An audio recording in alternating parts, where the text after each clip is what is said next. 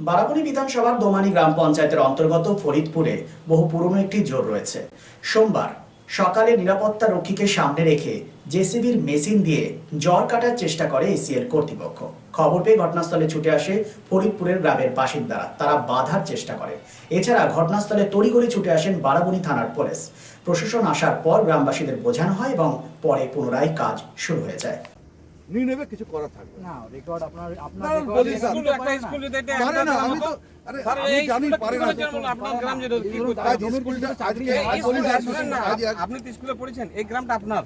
School যদি এক বছর বন্ধ তো কি হতো?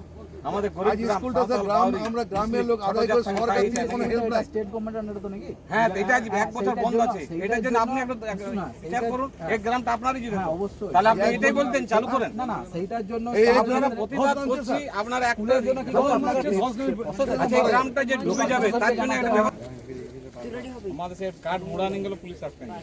ফলে প্রশাসনের সাথে প্লাস বিডিওর সাথে এজেন্ট স্যারের আমাদের যারা উপর মহল আছে তারা হচ্ছে নিজস্ব কথা বলেছে, কথা বলার পরেই তারপর এই সমস্ত কাজগুলো চলছে। মানে আপনাদের এর বেশি কেন আমি বলতে পারবো না।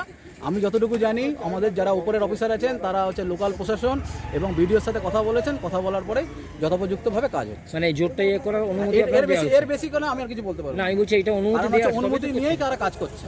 নাহলে হচ্ছে যদি অনুমতি না নেয়, সেটা একটা নির্দিষ্ট কোনো একটা জোরটা যেটা থাকে সেটা আপনি চেঞ্জ করতে পারবেন বা আমি চেঞ্জ করতে পারবো, কারণ এটা তো সরকারি কাজ হচ্ছে।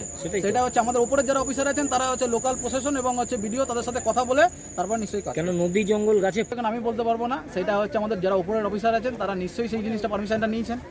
জোর তো বাদ দিয়ে জোরটাকে থেকেও আরও অনেক এগিয়ে নিয়ে সোজা করে ওরা জোর করছে। জোরটাকে তো ওরা ভরিয়ে দিল, জোরটা করে নতুন করে জোর করছে। তো আপনারা গ্রামের মানুষ কি বলছেন? আমরা গ্রামে বলছি যে আপনারা বসুন, দু একটা মিটিংও হয়েছে, বলেছে আমাদের 100 বছরে আমাদের 20-25 স্কুল সেটাও বন্ধ আছে, ICDS সেটাও বন্ধ আছে। তো একদিন পর্বর সঙ্গে কথা হলো, সিআই সাহেব ছিলেন, বললেন যে ডিএসপি ডিবি আমাকে যারা ছিলেন, আমরা 3 জন ছিলাম, আমি গফুর আর নজরুল মণ্ডল 3 জন ছিলাম। বললো আমি গ্রামের ছেলে, আপনাদের কোনো অসুবিধা হবে না। তো এজেন্টকে বললো আপনি আগে ওদের স্কুল করুন, তারপরে হাত। Lifeline Multi-Speciality Hospital boasts 500 beds across 1,60,000 square feet of build-up, featuring 7 advanced operating theatres, a digital cath lab, a state-of-the-art emergency and trauma unit, and a next-generation 3D MRI amongst a comprehensive basket of services. Renowned super specialists from premier institutes deliver top-tier care, supported by digitalized integrated healthcare for seamless coordination. Lifeline prioritizes innovation and patient centricity, ensuring comprehensive top-class services. So for premier medical treatment, visit Lifeline Multi-Speciality Hospital, Kalipahari, Asansol, NH2 District, Paschim Bardhaman, West Bengal.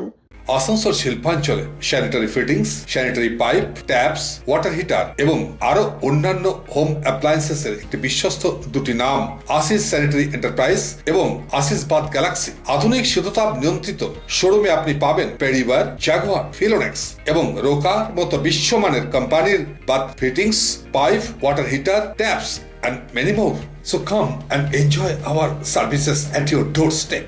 Asis Sanitary Enterprise, opposite Loco Ground, GT Road, Asansol. Phone number 94343-12083 and 973-414-8383.